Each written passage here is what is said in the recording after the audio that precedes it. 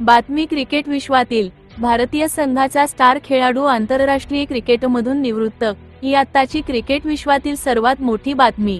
यावर्षी भारताचे महत्त्वाचे खेळाडू रोहित शर्मा आणि विराट कोहली यांनी टी20 तसेच कसोटी क्रिकेटमधून निवृत्ती घेतली। तर आज टीम इंडियाचा स्टार क्रिकेटपटू चेतेश्वर पुजाराने आंतरराष्ट्रीय क्रिकेटमधून संन्यास जाहीर करून सर्वांनाच आश्चर्याचा मोठा धक्का दिला आहे।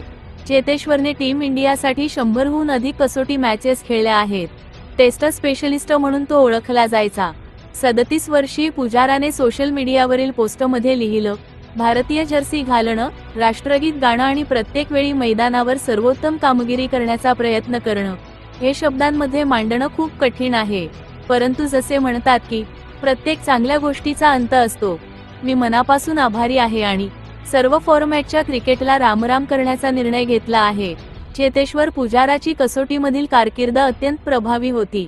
त्याने भारतासाठी 103 कसोटी सामन्यांमध्ये 43.60च्या सरासरीने 7195 धावा केल्या आहेत। यात 19 शतकं आणि 35 अर्धशतकं लगावली होती। यासह त्याने 5 वनडे सामनेही खेळले होते। पुजाराने 2023 मध्ये वर्ल्ड टेस्ट चॅम्पियनशिपच्या अंतिम सामन्यात भारतासाठी शेवटचा सामना खेळला होता। त्यानंतर त्याला टीम इंडियातून वगळण्यात आलं होतं। त्यामुळे सध्या तो आंतरराष्ट्रीय सामन्यांपासून दूर होता। त्यामुळेच त्याने क्रिकेटमधून निवृत्ती घेतल्याचे म्हटले जात आहे।